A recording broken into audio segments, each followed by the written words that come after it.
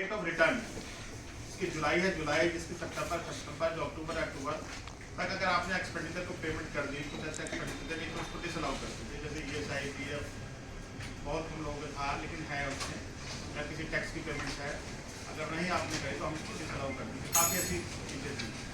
आप 43B में एक सेक्शन और जो दिया 43BH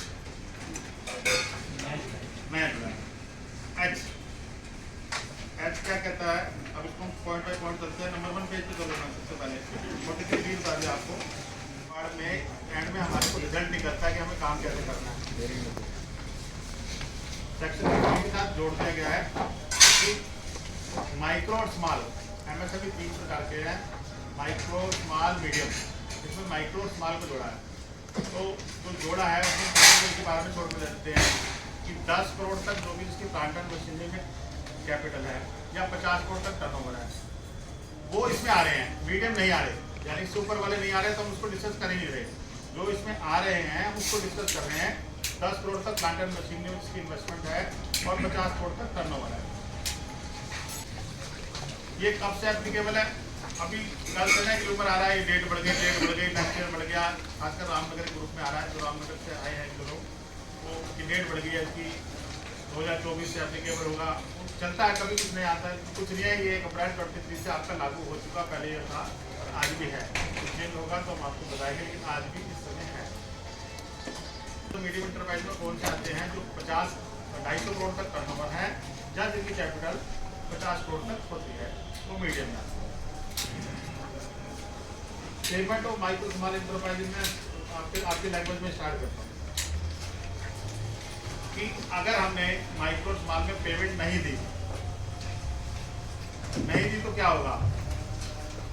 देने के टर्म से 15 दिन में या 45 दिन में। 45 दिन में आपका एग्रीमेंट, तो एग्रीमेंट किसी भी तरीके हो सकता है, वो प्लेन पेपर पे भी हो सकता है, वो आप बिल के ऊपर 45 डेज लिख के भी कह सकते हैं, वो आपका किसी का भी हो सकता है, वो आपकी मेल पे एग्रीमेंट हो सकता है। लेकिन एग्रीमेंट उसको कहेंगे जहाँ पे रिटर्न हो। अगर आपके बिल पे 45 डेज प्रिंट है तो एक एग्रीमेंट है। अगर आप प्लेन पेपर पे एग्रीमेंट ले रहे हैं तो एग्रीमेंट है, काम पेपर ले रहे हैं एग्रीमेंट है। कंपनी का कोई एग्रीमेंट हम कर रहे हैं, साइन कर रहे हैं किसी कंपनी से, तो 45 डेज है तो वो है।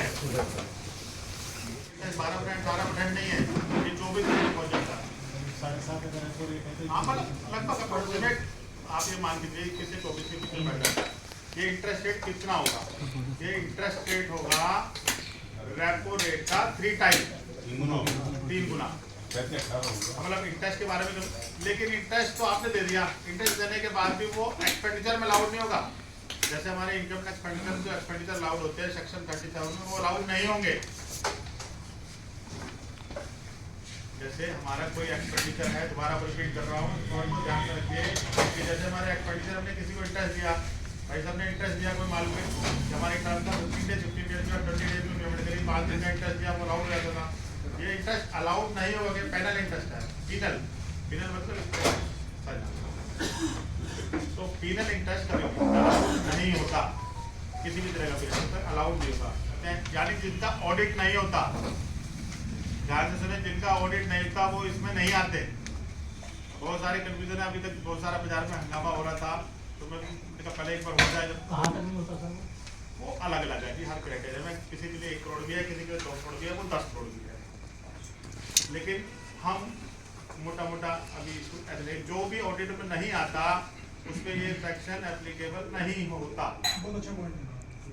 ये आधे लोग इससे निकल जाएंगे, जो लोग अभी देखते हैं इसमें 15 और 45 रहेंगे। यानी आपको 31 मार्च का मिला तो आपको 15 अप्रैल तक पेमेंट करना है। आपका एग्रीमेंट है तो वही 15 मई तक आपकी डेट करते हैं, 45 डेज जब तक आपको पेमेंट देंगे।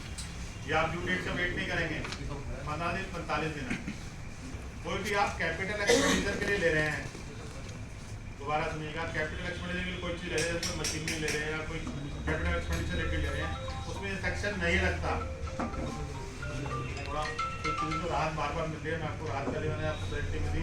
आप कैपिटल एक्सपेंडिचर मोटा आपको ऐसा में मशीनरी खरीद रहे हैं या कोई फिक्सर ऐसे खरीद रहे हैं जो ट्रेडिंग से रिलेटेड नहीं है, आपका फैक्ट्री खरीद रहे हैं या कुछ खरीद रहे हैं, उस तरह का ले रहे हैं, फैक्ट्री के लिए कुछ सामान ले रहे हैं, लेकिन फैक्ट्री बिजनेस से रिलेटेड नहीं, फैक्ट्री बनाने के लिए ले रहे हैं, कुछ ऐसा ले रहे हैं। फैक्ट्री की जैसे कोई फैक्ट्री बना रहा है, उसने सीमेंट ले लिया, वो 1 महीने में या 4 महीने पे दे, तो उसमें अलाउड इससे बाहर है कैपिटल एक्सपेंडिचर, मशीनरी बाहर है।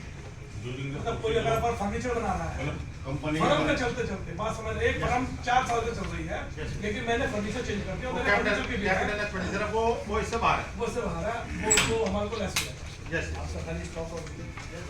तो वो बताया 180 डेज पेमेंट है, और अब हम जीएसटी के अकॉर्डिंग नहीं चल रहे, लेकिन मैंने इसमें थोड़ा सा पॉइंट इसलिए डाला है कि जो लोगों को पता नहीं है, दोबारा रिपीट कर रहा हूँ कि जीएसटी के अकॉर्डिंग आपको 180 डेज में पेमेंट करनी है। टेकिंग लोग तरह तरह की अंडरटेकिंग बना के बाजार में ले रहे हैं, एक अंडरटेकिंग परफॉर्म हमने दिया जो एक्चुअल होना चाहिए कि उसमें सबसे पहले तो आप मैन्युफैक्चर हैं, ट्रेडर है, सप्लायर है, क्या है या सर्विसेज दे रहे हैं, वो जरूर ऐड होना चाहिए। जब तक वो ऐड नहीं है परफॉर्मेंस कोई फायदा नहीं है। बहुत सारे कंपनी वालों ने बना के भेजा धीरे धीरे, क्योंकि कुल मिला के एंटरप्राइजेज में ध्यान सुनिए आप लोगों के लिए, खासकर ट्रेडरों के लिए, ट्रेडर्स इससे बाहर है, ट्रेडर्स इस एक्ट से बाहर है, पर इसके अंदर भी कैसे भी बता रहा हूँ, ट्रेडर्स एमएसएमई से इसमें 43B एक्ट से बाहर है, पर अंदर भी है, लेकिन काफी राज मिलकर ट्रेडर्स से बाहर है, उनको अभी और जो लोग ट्रेडर्स हैं वो अपने एमएसएमई रजिस्ट्रेशन को ट्रेडर्स में कन्वर्ट कर ले। बहुत सारे लोगों ने पहले बैंक अकाउंट खोलने के लिए एमएसएमई रजिस्ट्रेशन ऐसी बना लिए थे, उद्यम बना लिए थे, उस समय ध्यान नहीं करा था, क्योंकि मैन्युफैक्चर पे सब्सिडी थी 2%, जिसने लिमिट ली हुई है तो ध्यान करें, एमएसएमई में मैन्युफैक्चरर्स को पहले 2% तक सब्सिडी थी, तो गांधीनगर वालों ने बहुत सारे बना रखा था, या कृष्णनगर वालों ने चाहे ट्रेडरों मैन्युफैक्चर करके 2% सब्सिडी लेने के लिए सबने बना रखा है एमएसएमई सर्टिफिकेट, उसको आप ट्रेडर में कन्वर्ट कर दे, अपने एमएसएमई सर्टिफिकेट को ट्रेडर में कन्वर्ट कर दे, और एमएसएमई सर्टिफिकेट कैंसिल भी करवाया सकता है, लेकिन ट्रेडर्स ने किसी एमएसएमई मैन्युफैक्चरर से मान लिया तो उसको टाइम से देनी पड़ेगी। और मैन्युफैक्चर एमएसएमई में कंपलसरी है, ये सेक्शन में थोड़ा सा ऐसा कर देता है कि आदमी बदल हो जाए। एमएसएमई ट्रेडर भी होना चाहिए, वो हाँ एमएसएमई में रजिस्टर्ड होना चाहिए, एमएसएमई ट्रेडर है तो हमें देना ही ना, हम भी ट्रेडर है वो भी ट्रेडर है। जैसे कपड़े वालों में क्या है, बहुत सारे कपड़े वाले ट्रेडर है या 50 करोड़ से ऊपर है, आपको कपड़े वालों से 50 करोड़ ऊपर तो बाहर है, और खाली हम ट्रेडिंग कर रहे हैं और ट्रेडिंग वाले से ले रहे हैं तो भी बाहर है। ट्रेडिंग तो कर रहे हैं, लेकिन हमें तो माल मिल से लेना है, मिल लेना 50 करोड़ से ऊपर तो बाहर है, मतलब मिल लेना, मिल से क्या हो गया, एक सवाल, मिल लेना है 50 करोड़ से ऊपर तो बाहर है, लेकिन आप किसी ऐसे ट्रेडर से ले रहे हैं तो बाहर है ना।